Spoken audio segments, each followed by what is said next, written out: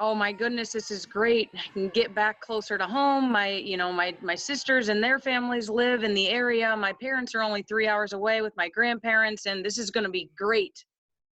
We get three-fourths the way through the season, and things weren't so great. So it was definitely an experience that I will never forget. But it was a very humbling experience in a positive way.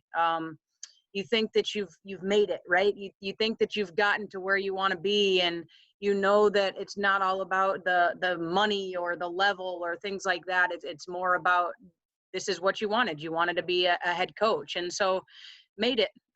Made it for 9 months, and then we were told one day that it just was going to be no longer. And you realize that it's a lot bigger than basketball at that point.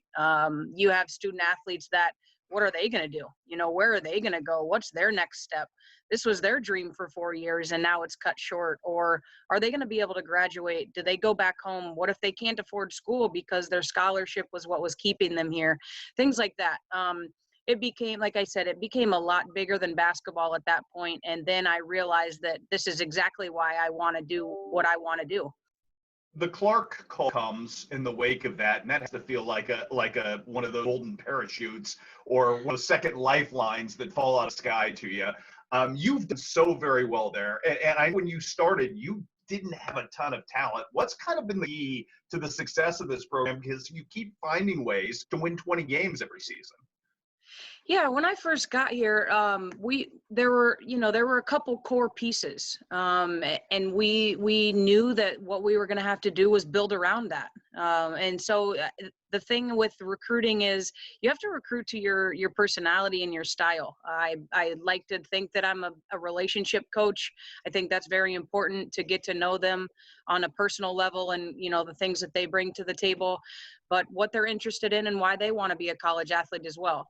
And obviously, how I operated as a player. They have to be competitive, and they have to know how to win. You were always gritty and scrappy and always felt like you were great in control. Some of that translate over to great coaching, that point guard mentality. To be completely honest with you, you may disagree, but it's a running joke in our family that I was never the best on, any team. It was because I loved it and because I hated losing. And so that work ethic kind of just became one of those things that I got used to. I knew that there was always somebody else out there that was going to challenge me, or was a little bit faster, could pass a little bit better, jump a little bit higher, those types of things.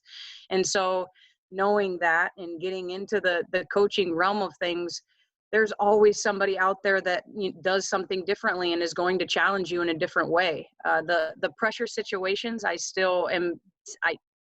thrive on. I think that those are really exciting times. And I think that's the point guard in me. What can we do, and how can we do it, and how can we win this game strategically?